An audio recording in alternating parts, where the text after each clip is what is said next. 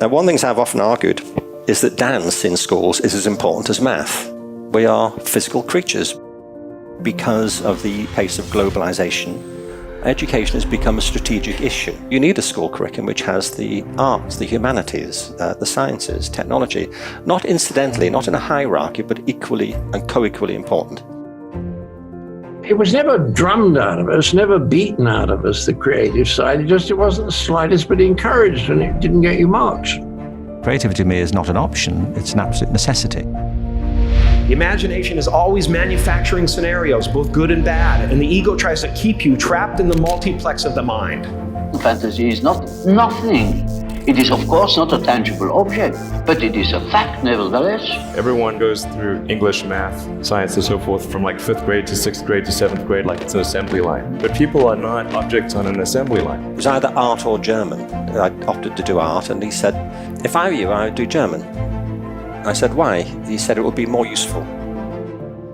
Well, it's so amazing. As a result of our kind of educational system, crowds of students say, well, we'd like to be painters, we'd like to be poets, we'd like to be writers, but as everybody knows, you can't earn any money that way.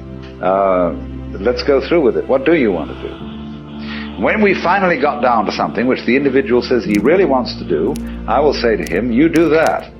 Better to have a short life that is full of what you like doing than a long life spent in a miserable way. See, what we're doing is we're bringing up children and educating them to live the same sort of lives we're living, in order that they may justify themselves and find satisfaction in life by bringing up their children, to bring up their children to do the same thing, so it's all wretch and no vomit. It never gets there. You will never fulfill your destiny doing work you despise. Do you like what you're doing, and do you like where you're going? Let me ask you another question. What would you like to do? You only find your path by walking. Our eyes are not viewers, they are also projectors that are running a second story over the picture that we see in front of us all the time. I thought you could do anything with a camera that the eye could do, or the imagination could do. So anything I could think up in my dreams, I attempted to photograph. Don't let anything stand in the way of the light that shines through this form. Risk being seen in all of your glory. Every single one of us has our own unique why. It is our birthright. It comes from the sum total of how we were raised as kids. It is objective. You have one, and you have one for the rest of your life. The only one, right? And the rest of our lives are about making the decisions that help us keep in balance with our why. Because a lot of kids just in school kind of puzzled as to why they're there. And I think if you can explain the why of things, then that makes a huge difference to people's motivation. Then they understand purpose. And after all, if you do really like what you're doing, it doesn't matter what it is, you could eventually become a master of it. It's the only way to become a master of something, to be really with it. Somebody's interested in everything. And anything you can be interested in, you'll find others who are. Therefore, it's so important to consider this question. What do I desire?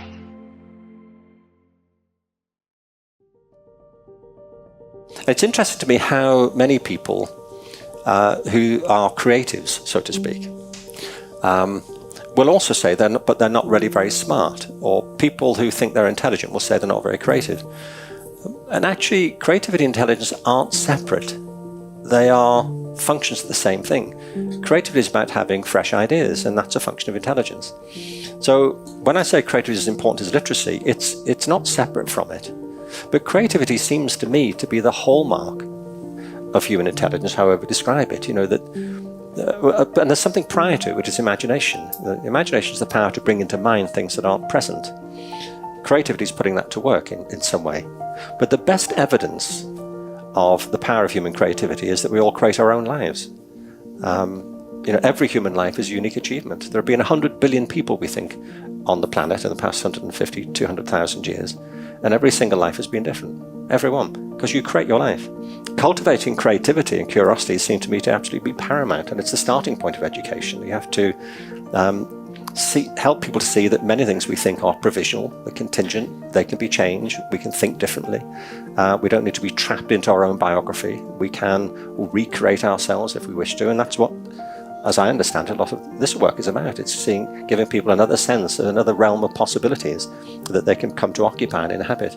But it begins by enlivening the capacity to ask questions, the sense of intrigue about the world around us. And it's that gets killed in schools when it comes down to direct instruction, testing and multiple choice bubble tests. It's the very thing that should give life to education that we kill off at the bottom. I hate the expression dropout.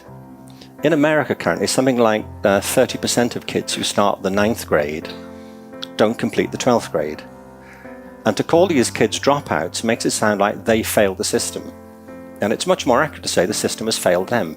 Because I don't know any kid who doesn't want to learn. You know, children are born with immense possibilities, infinite possibilities, and they have a massive appetite to learn. My take on this is this, that all of us are born into two worlds. You know, that there's a world that existed before you came into it. It was there before you were. It's the world of historical circumstances. It's the world that exists whether or not you exist. But there's another world that exists only because you exist. It's the world that came into being when you did. It's the world of your private consciousness, the world of yourself, the world of which it was once said there's only one set of footprints. But the world of your own anxieties, hopes and aspirations and talents and fears and ambitions and so on. Education is filled with the outer world. And most of the problems that children experience are to do with their inner world. So as I see it, the role of education is to help children understand the world around them, that's clearly essential, and also the world within them, so that they can become compassionate, fulfilled, and engaged individuals. And for me, the great deficit in education at the moment is the extent to which we fail to engage the child's inner world and recognize how much they could become if we invested enough of our time, effort, and own conscious understanding into what their possibilities are. The whole ideal of Western education is to get people to university.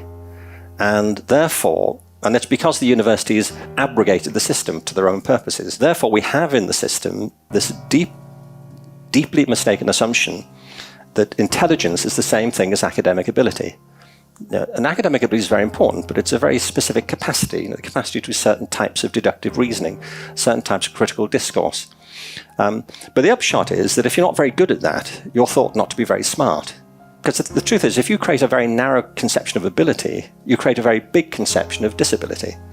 I'm from Liverpool, in England. I went to school across the city centre from the Liverpool Institute, which is where Paul McCartney was at school. I wrote a book a few years ago called The Element, How Finding Your Passion Changes Everything. And I interviewed lots of people for the book, one of whom was Paul McCartney. And I said, did you enjoy music at school? And he said no, he hated it. I said, did your music teacher think you had any talent? He said, no, not really. He does, doesn't he?